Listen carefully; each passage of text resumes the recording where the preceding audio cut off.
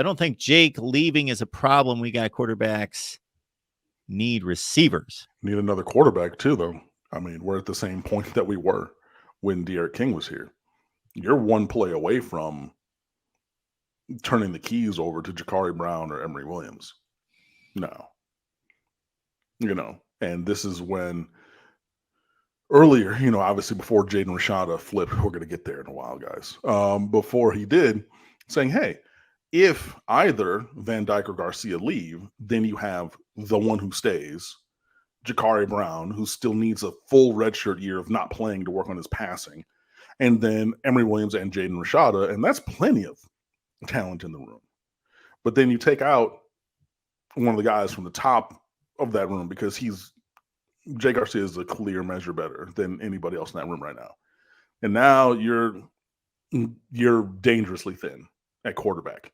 And you always have to look at that next play because you're one play away. You're 2 plays away from Emory Williams for the rest of the season. You're 3 plays and a play, i.e. like a guy gets injured and out for the year because these things happen.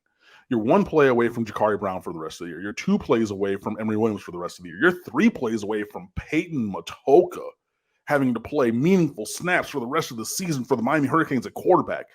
That should be alarming to you because it is to me. So, I mean, there are numbers. And, look, Tyler Van Dyke is not just he's not this super durable guy, as we saw last year. Brett Favre was super durable and started every game of his career when he first started until he didn't, right? So, even I don't even remember who he was playing for. I think it was the Packers or the Jets at the time. I think it was Packers. But they were like, cool, we're going to set it and forget it, and he's going to be our quarterback every single week. And then something happened, and okay, now we got to scramble. Van Dyke's already proven, he can get hurt and does, right? And I know that Miami's brought in a lot of guys along the offensive line to shore things up, but you get a free blitzer in there on him again, and he goes down a little awkwardly. Who knows, bro? So, I mean, is there talent at quarterback? Yes. Is it enough to just be like, no, we're super duper good? I don't personally believe so. I do also agree with you on the other part of that point, though. Miami needs some receivers. If you look in the portal this year, it's been 0-4 again. All the guys, Andrew Anthony from Michigan, who previously was recruited by and played for Josh Gaddis, nah. The Dante Thornton kid from Oregon who played for Cristobal previously, nah. It's starting to get to that point where it's like, yo, this is 2 years in a row, and the best player that you got from the transfer portal is Frank Ladson, who's extra regular. It's getting to be a problem. You wouldn't think that would be the position where there would be a problem. You wouldn't think, but I mean, we got, the mini mites. We got a bunch of small, fast dudes. And again, I know that people can say, well, it works for Tyreek Hill and Jayden Waddle with the Dolphins. Da, da, da, da. First of all, they lost in the first round of playoffs. Shut it. But I know it wasn't the receiver's fault. But those guys are so supremely talented is why that works. Our guys, even if they're, athletically gifted, they're not on that level, right? They're not on the level of either of those dudes. So to say, oh, well, we got Ray Joseph and we got Robbie Washington, the other twin, not Bobby, Robbie.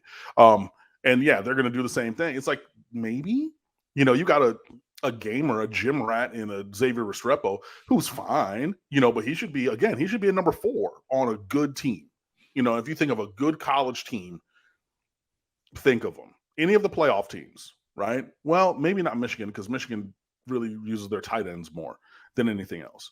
Hey, maybe he's a 3 at TCU because they really had the one dude and then another 6'2" dude, kind of, sort of.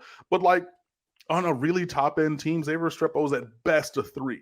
He's probably a 4 or a 5 on a really good team. But he's thrust into being the most productive receiver here because Tyler Van Dyke has that tractor beam locked on him because they're roommates and they have that chemistry where I know where he's going to be, so I can give him the ball. He's great value. Wes Welker. He's not athletically, he's not supremely gifted. He's a great technician and he's there. And sometimes the best ability is availability. And on a play where I got to get the ball somewhere, I know I can give the ball to 7. That was what Welker did. Or Edelman. Those guys aren't Hall of Famers by any means, but they won their battles. They were open enough. You turn a 5-yard completion into 12 yards on 3rd and 4. That's a Restrepo mold. That's not like a him. I need 3rd and 7, and I'm running a stop route with the number 1 receiver at the X, with the number 1 defensive back, probably with the safety tilted that way, and I'm throwing him the ball because he's that guy. We don't have anything like that. Miami guys, a bunch of 2s through 6s. I mean, and saying somebody's a 2 is, I mean, maybe a little bit of a speculation, but I mean, yeah, it's really a lot of 3s with a couple guys like a Colby Young potentially being a 2. If he breaks out, that would be incredible, you know, for a 3-star JUCO kid to all of a sudden be like the guy at the University of Miami, a wide receiver. But like, yeah, that's the bigger issue. And I'm not saying that quarterback is not an issue, because it is, but you know, I would say receiver is really, really, really, really becoming an issue, and a continuing issue, because we've seen, again, players from here, recruits from here go elsewhere and flourish with their ability, talent, skill, development, all of those things, and doing it wearing colors other than orange, green, and white. Yeah, it's I think that the proliferation of wide receiver recruits going elsewhere has surpassed any other position. Defensive back, linebacker, rush end. And that's the most glaring issue on this roster. It's really, I mean, at least when Mark Richt got here and he said that Miami had no team speed on offense, like, you're still recruiting like 4-stars and 5-star. You know, you get Amon Richards. You know what I mean? Like, you can get like a dude, like, but now you're like, okay, we don't really have talent at wide receiver, and you get, I mean, and again, no shade, because I think that they're going to be good in the roles they can have in Ray Joseph and Robbie Washington, but like, that's the best you can do. Like, again, with the proliferation of talent down here every year, yikes.